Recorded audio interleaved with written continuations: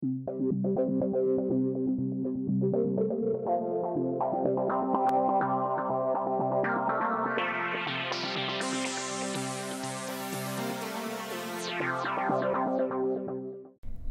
Fye et son équipe d'étudiants des cycles supérieurs, Immersive Media Studio, Carleton University, utilisent des lecteurs laser pour créer des modèles et des simulations en 3 dimensions.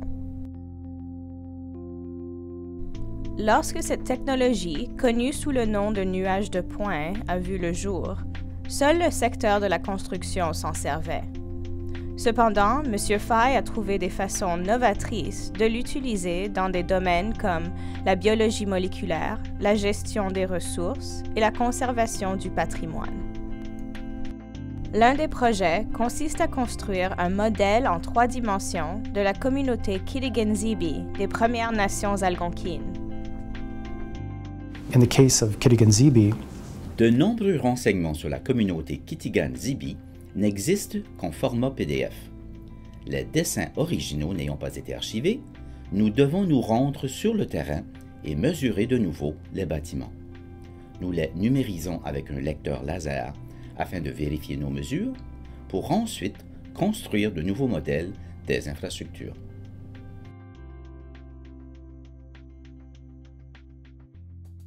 Ce modèle représente avec précision le territoire occupé par la communauté, de l'architecture à l'agriculture, afin que celle-ci puisse gérer ses biens immobiliers et ses ressources de manière plus efficace.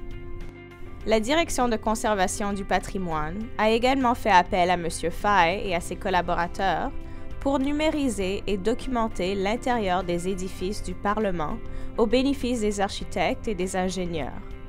M. Fye et son équipe ont également adopté une approche similaire pour restaurer une casbah au Maroc. À l'aide de la photogrammétrie, M. Mario Santana Quintero et ses étudiants ont pu étudier et reproduire un modèle de la forteresse qui sera utilisé par des spécialistes en conservation durant la restauration.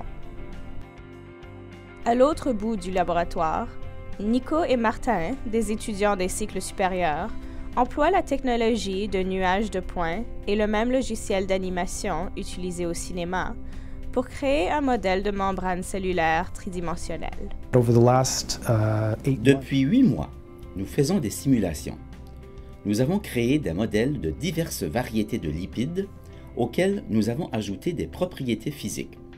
Ainsi, nous pouvons insérer des formules mathématiques dans les différentes connexions de ce modèle afin de simuler une membrane lipidique. Personne ne sait à quoi ressemble une telle membrane. Alors c'est un défi intéressant.